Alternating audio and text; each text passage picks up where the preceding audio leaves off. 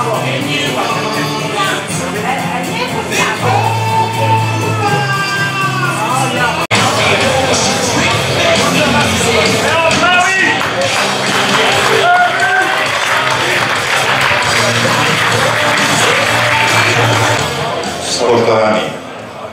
imam neprijetno dolžnost, da se vas opomnim oziroma da se skupaj spomnimo, kajti v 58 starosti nas je po hudem boju za zahrbtno boleznjo zapustil dolgoletni nogometni delavec Miran Kralj.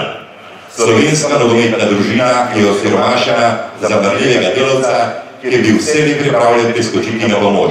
Svojo brezpogojno ljubeznijo do nogometa je pustil velik pečat v nogometnem klubu Domžale.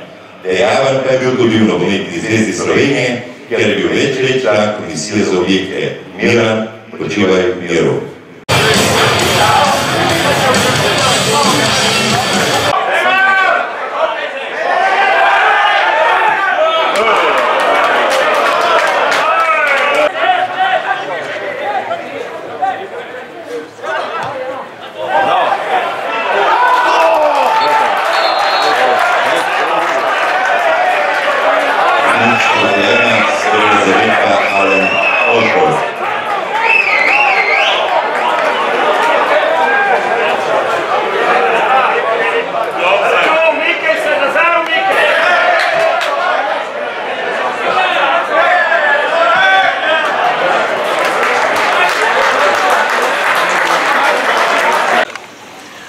Uvod, ki smo si ga želeli v točkovnem smislu, vsekakor v prikazani želji,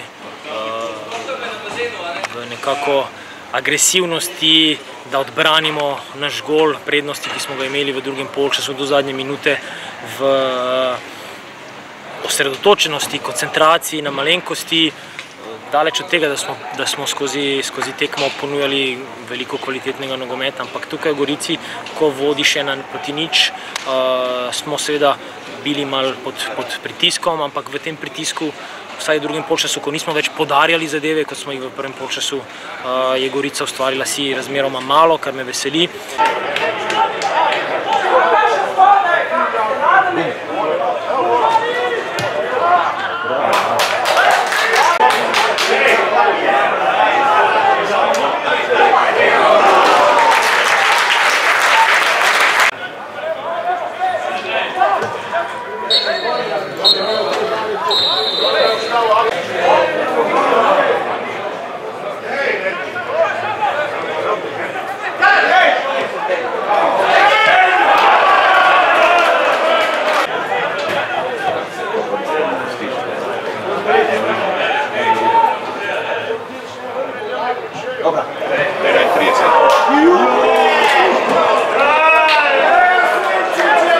Je pa seveda, ko prideš v tekmo, ne glede na to, da vodiš 1-0, da začneš nasprotniku podarjati situacijo. Oni so jih 3 imeli, potem ko smo mi čiste žoge izgubili, to si ne moramo privoščiti, ker bomo v drugih situacijah kaznovani.